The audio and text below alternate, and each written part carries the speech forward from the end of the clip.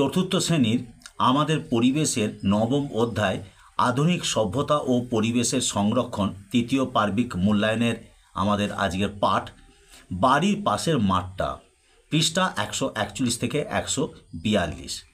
আমরা আলোচনায় চলে যাই, ভালো করে মন দিয়ে শোনার চেষ্টা করবে। প্রথম প্রশ্ন, ভূমিক্ষয় রোধ ও ভূমি সংরক্ষণের জন্য কি করা উচিত? অকারণে গাছ কাটা বন্ধ করতে হবে, বৃক্ষরোপণ করে গাছের সংখ্যা বাড়ানো ও গাছকে যত্ন করে বাঁচিয়ে রাখা উচিত। পলিথিন ব্যাগ বা ওই জাতীয় পদার্থ ব্যবহার করা উচিত নয় কেন? উত্তর, পলিথিন নষ্ট হয় না বা পচে না, তাই এই সব মাটিতে মেশে না, ফলে এগুলো মাটির মধ্যে থেকে মাটি আলগা করে ও মাটির ক্ষয় করে। গাছের শেকড় মাটিকে থাকা পলিথিন ব্যাগে জড়িয়ে আটকে যাওয়ায় বেশি দূর ছড়াতে পারে না বলে গাছের বৃদ্ধিও হয় না। জোর বাতাসে নোংরা পলিথিন উড়ে গিয়ে বায়ুতে জীবাণু ছড়ায়। তাছাড়া পলিথিন জিনিস নর্দমা বা পাইপের ভিতর ঢুকে জল নিকাশের বিঘ্ন ঘটায়, তাই পলিথিন জাতীয় কোনো কিছু ব্যবহার না করাই ভালো। কারখানা তৈরি হলে কি সুবিধা আর কি অসুবিধা হয়?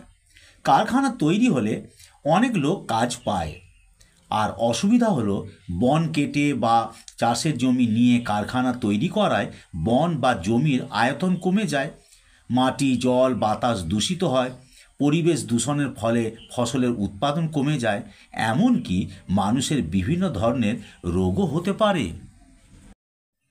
ডাস্টবিন কি বা ডাস্টবিন কাকে বলে?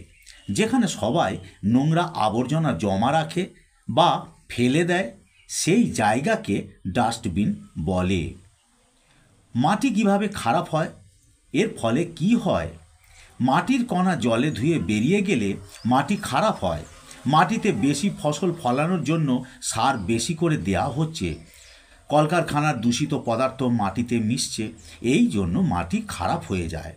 এর ফলে ফসলের উৎপাদন কমে যায়, আর মাটিতে ছড়ানো বিষে অসংখ্য উদ্ভিদ প্রাণী মারা যায়।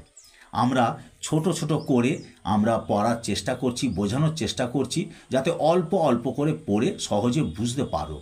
আজকের পাঠ আমি এখানেই শেষ করছি, পরপর আমি দিয়ে যাচ্ছি।